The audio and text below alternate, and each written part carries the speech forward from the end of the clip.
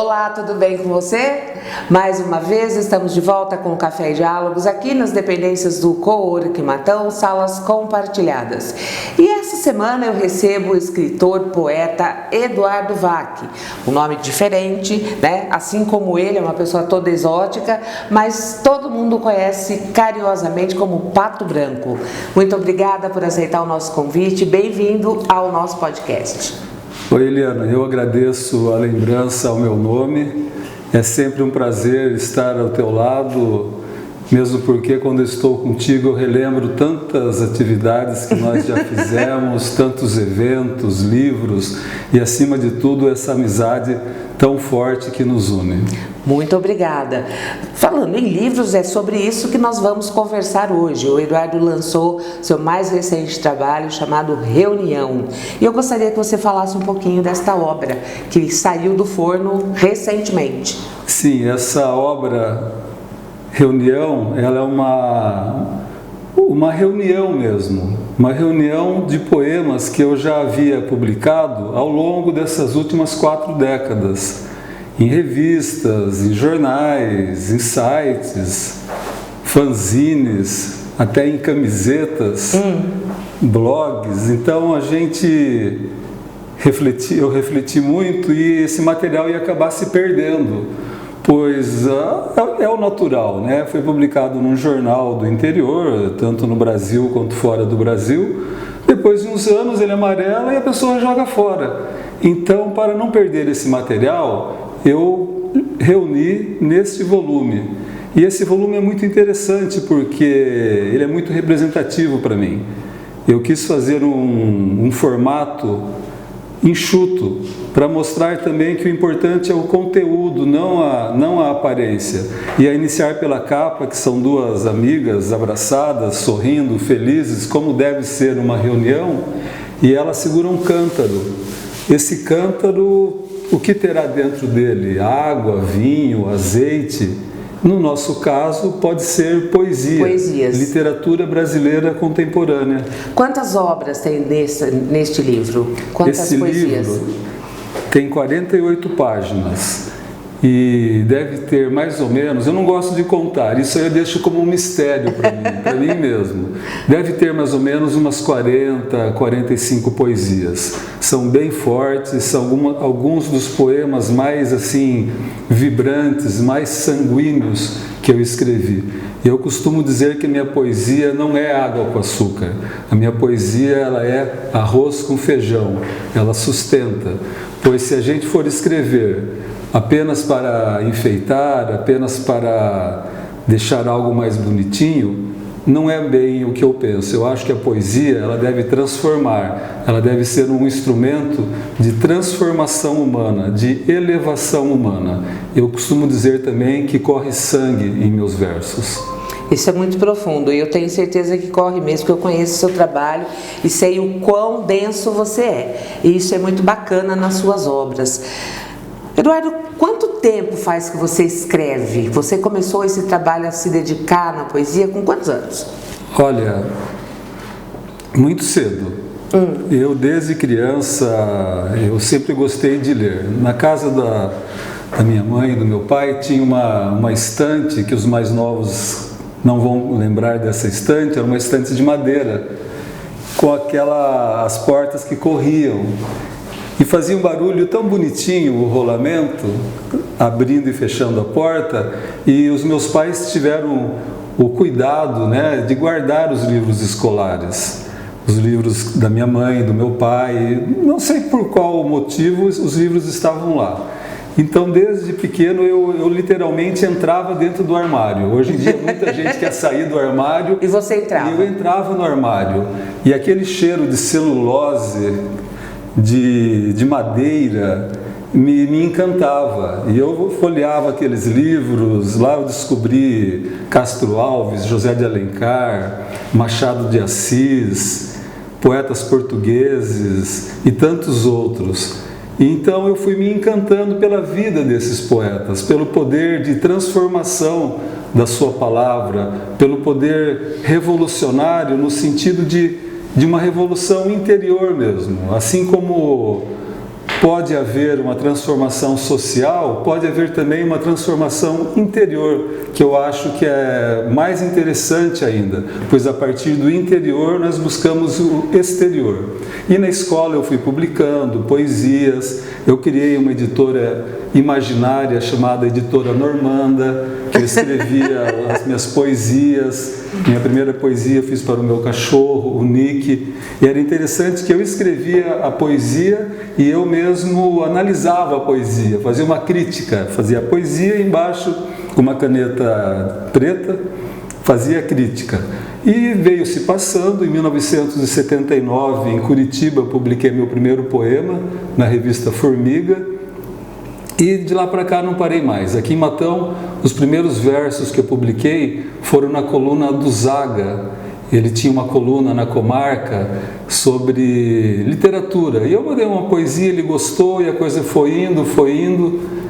Depois eu comecei a participar de coletâneas literárias. Em 1985 foi a primeira coletânea, que é um trabalho comunitário, né, conjunto, pela editora do escritor.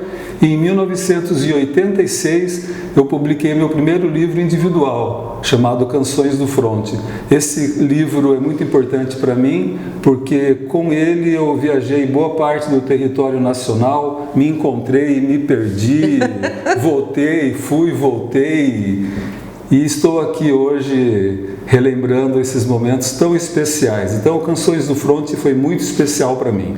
E depois, logo a seguir, como uma sequência lógica, após ter passado uma época imprimindo camisetas em serigrafia com poesias e desenhos, ilustrações que eu mesmo imprimia, eu vendia na Praça da República, na antiga Feira Hippie, vendia no Embu das Artes, que tem uma feira muito grande. Maravilhosa aquela feira. Muito grande. Morei uma época no Embu. E chegando em Matão, conversando com o nosso saudoso amigo Pedro Borracha. Pedrão, grande figura. Uma grande figura, e ele falou para mim: Pato, por que você, que veio de uma experiência de jornais em São Paulo, por que você não cria um jornal? Eu pensei e falei: acho que sim, Pedrão. E o que você acha de a gente chamar O Boêmio? Pois era distribuído nas noites, né? Quando o Pedro falou na manteiga, ele falou na manteiga, que era o jargão dele, eu falei: então a coisa deu certo. E de lá para cá a gente... E assim nasceu o Boêmio. Assim nasceu o Boêmio, como um jornal toalha. Até o número 8, ele era um jornal toalha. Com a diferença que, na época, as pessoas punham piadinhas, charadas, coisas mais leves. Eu sempre procurei por pensamentos, poesias, e esse jornal foi tendo uma aceitação muito grande. E a partir da edição 9, eu criei a atual logomarca. O Erci, Antônio Erci, um amigo meu de São Paulo, muito antenado também, ele é maestro, é músico, ele criou essa logomarca para mim, que eu trago até hoje, no formato de jornal mesmo. Quantos anos já tem o Boêmio, Eduardo? O Boêmio é muito interessante. O Boêmio completa 33 anos de idade no dia 26 de junho. No caso, completou 33 anos de idade, entrando no seu 34º ano de circulação. Que bacana! E aí, nesse meio do caminho, você continuou escrevendo, publicando os seus livros. Quantos livros no total, entre livros carreira solo e coletâneas, quantos tem? Olha, Eliana, aí também é um outro mistério. É um mistério que você não conta. Acho que nem eu sei. Mas aproximadamente. Individuais foram mais de 10 livros que eu publiquei. Desde o Canções do Fronte, até passando por alguns livros de cordel em Pernambuco, até esse mais recente, que é o Reunião. Contando antologias, coletâneas, que tem uma participação mais efetiva minha, mais ou menos uns 50 livros. Olha que bacana, isso é maravilhoso num cenário que a gente vive hoje. Até um pouquinho antes de começar a nossa conversa, eu e o Igor, né, o meu editor, meu produtor, nós estávamos conversando exatamente sobre o uso do celular, né? As pessoas hoje estão muito focadas no uso do celular, se perdendo nisso, perdendo o contato humano e trocando, né, a leitura mais conceitual pelo celular ou pelo notebook, que seja. Então eu acho que essa proposta que você faz, inclusive eu sei que você tem andado por Matão fazendo a leitura das suas obras, eu acho isso maravilhoso, porque é o despertar para a leitura e isso não pode se perder, né? Jamais. Então fale um pouquinho dessa proposta que você vem peregrinando aí por Matão com as suas obras. Esse livro, ele foi aprovado pela Lei Paulo Gustavo.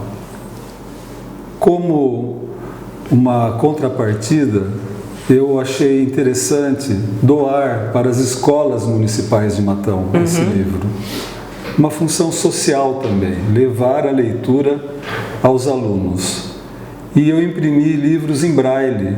Nós imprimimos 10 exemplares em linguagem braille. Maravilhoso isso. Foi assim uma experiência muito gratificante, pois eu não tinha nenhuma obra em braille. E de certa forma, eu sou sincero para dizer, eu era totalmente ignorante em braille. Nós às vezes nos fechamos no nosso mundinho, né, achando que nós somos os felizes, nós somos autossuficientes. Mas quando nós começamos a sair da caixa, sair do buraco, e não só olhar para os lados, mas literalmente sair do buraco e caminhar, ir de encontro ao semelhante, nós vemos que nós temos muito mais a receber do que doar. Então esses livros em braille foram doados, um para cada escola de Matão, um para a biblioteca e 2 para a Adevima. No dia do lançamento, por ocasião do lançamento, no dia 14 de junho, nós lemos poemas, várias pessoas leram poemas. Foi bem interessante, inclusive a May, que é professora da Adevima, ela tem também essa questão da deficiência visual, ela leu um poema, leu um trecho e muita gente chorou. Foi assim um dos pontos altos assim da minha vida, como escritor e como ser humano. E na próxima semana, na semana seguinte, na quarta-feira, dia 20, eu estive na Adevima para lançar o livro lá. Então lá eu li mais algumas poesias, eu conversei e a May leu uma outra poesia. Foi assim simplesmente maravilhoso ver deslizar a mão dela, ela ler, essa sensibilidade que a gente desconhecia até. Pois um deficiente visual pode ser que muitas vezes, né, geralmente, ele não veja com os olhos, mas ele enxerga muito além do que a gente pode supor. E agora, voltando às férias, nós iremos passar em todas as escolas municipais de Matão, e se também formos convidados por alguma escola estadual, para estar conversando com os alunos, plantando uma sementinha de luz. E uma vez por mês também já me comprometi a voltar à Adevima dentro de um projeto. Eu gosto de dar nomes aos projetos, né? Projeto Seara das Palavras, que Seara é uma plantação. Então essa é uma plantação de palavras. Nós vamos na Adevima, vamos conversar, é um trabalho totalmente voluntário e você já havia te convidado, estou convidando novamente para a partir de agosto, depois das férias, né, a gente voltar lá. Com certeza. Eduardo, infelizmente o nosso tempo está acabando, mas eu quero dizer que é um prazer enorme conversar com você. Você é uma pessoa de uma sabedoria maravilhosa, que é sempre muito bom conversar com você, porque a gente aprende muito. Quem quiser adquirir seu livro, como que faz? Olha, eu tenho a minha página no Facebook, que é Eduardo Vac, a página do jornal, o Jornal O Boêmio. Eu também sou muito conhecido aqui em Matão, né? Claro. Eu costumo dizer que eu dou bom dia para cachorro, dou bom dia para poste, cumprimento todo mundo, mesmo que eu não conheça. Então eu sou uma figurinha carimbada. Com certeza. Costumo vir para o centro da cidade, eu fico ali, eu paro uma meia horinha por dia. Então quem quiser adquirir o livro Reunião, é fácil de me encontrar. E também as empresas, eu gostaria de fazer lançamentos nas empresas. Então, se alguém, porventura, deseje adquirir 10 exemplares, assim a gente vai na empresa, faz um preço melhor até, né? que é o valor da obra mesmo em si, e vai conversar com os funcionários, trazendo a nossa mensagem de luz e de paz envolvida pela literatura. Ok, muito obrigada, viu? Prazer em tê-lo aqui comigo. Prazer é sempre meu. E quando quiser, volte. Sempre. Você que está acompanhando a gente, eu me despeço, agradeço a sua audiência conosco. A semana que vem estaremos de volta aqui no Cowork Matão, salas compartilhadas. Eu me despeço também deixando um abraço para a equipe do Beraldo Perfumaria. A todos vocês, um excelente final de semana, muita luz, muita paz. Até lá.